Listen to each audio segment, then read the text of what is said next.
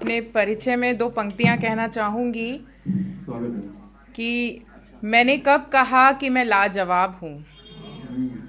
मैंने कब कहा कि मैं लाजवाब हूँ, न किसी के दिल का सुकून हूँ, न किसी का अधूरा ख्वाब हूँ। मैंने कब कहा कि मैं लाजवाब हूँ, न किसी के दिल का सुकून हूँ, न किसी का अधूरा ख्वाब हूँ।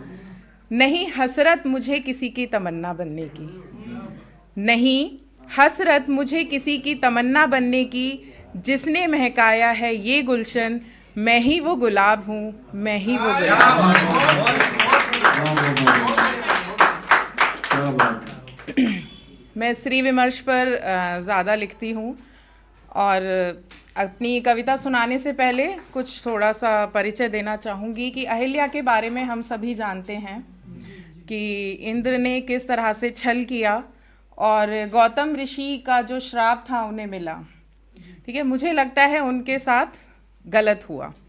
तो आज जो हमारे समाज में परिस्थितियां हैं, अगर आज अहिल्या होती तो वो श्री राम से क्या कहती कि हे राम मुझे पत्थर ही रहने देना, क्योंकि वो बरसों तक तपस्या करती रही, अंदर ही अंदर कहते हैं कि श्री राम का नाम लेती रही।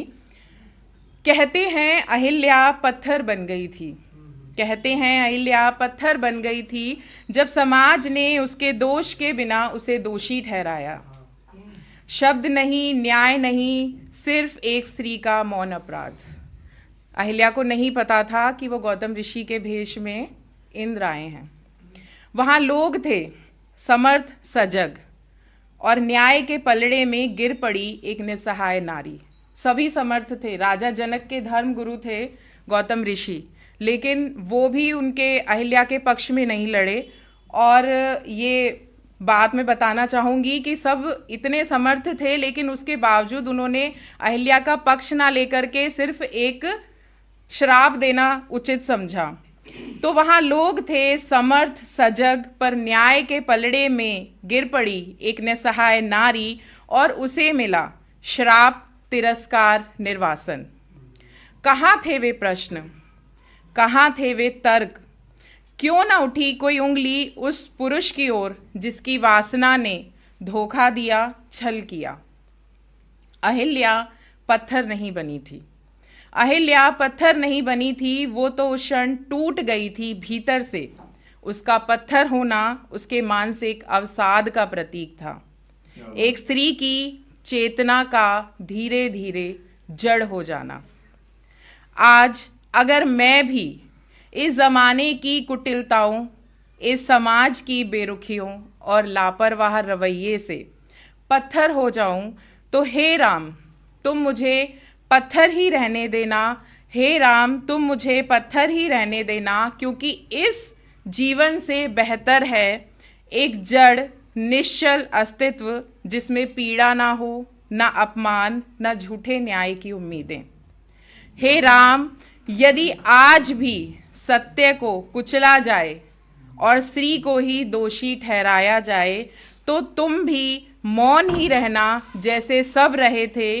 बस तुम मुझे पत्थर ही रहने देना, हे राम तुम मुझे पत्थर ही रहने देना।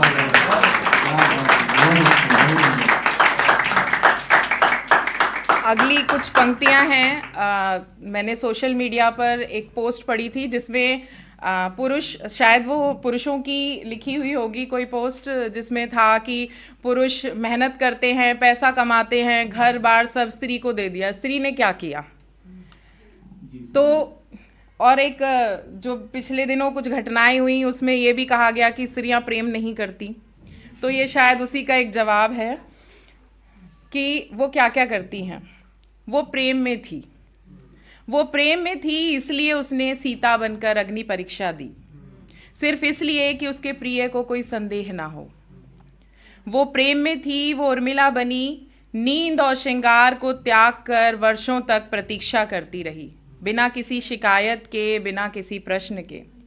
वो अहिल्या थी, जब समाज की उपेक्षा ने उसे जड़ बना डाला, फिर भी प्रेम की आस्था को मन में जीवित रखा। वो सावित्री बनी, मृत्यु से लड़ गई। वो सावित्री बनी, मृत्यु से लड़ गई सिर्फ इसलिए कि उसके प्रेम को जीवन मिल सके। वो राधा बनी, वो राधा बनी, प्रेम किया बिना किसी अधिकार के। वो राधा बनी, उसने प्रेम किया बिना किसी अधिकार के, वियोग को भी पूजा की तरह अपनाया। वो रुक्मणी बनी, अपने प्रेम को पा लेने के बाद भी हर दिन उस प्रेम को निभाया। वो सती बनी, जब अपमान सहा तो सब कुछ त्याग दिया। वो सती बनी, जब अपमान सहा तो सब कुछ त्याग दिया, देह तक छोड़ दी पर प्रेम से विचलित ना हुई। वो पार्वती बनी, धन्यवाद, वो पार्वती बनी जो जन्मों की तपस्या करके अपने प्रेम को फिर से अर्जित करने निकली। वो द्रौपदी बनी, जिसका चीर हरा गया फिर भी वो चुप ना रही, प्रेम में सम्मान मांगने का साहस दिखाया। वो लक्ष्मी बनी, चरणों में बैठकर प्रेम में समर्पण का अर्थ दिखाया। वो मीरा बनी, वो मीरा बनी जिसने जहर को भी अमृत मान पी लिया, क्योंकि उसका प्रेम शुद्ध था, निष्कलंक था।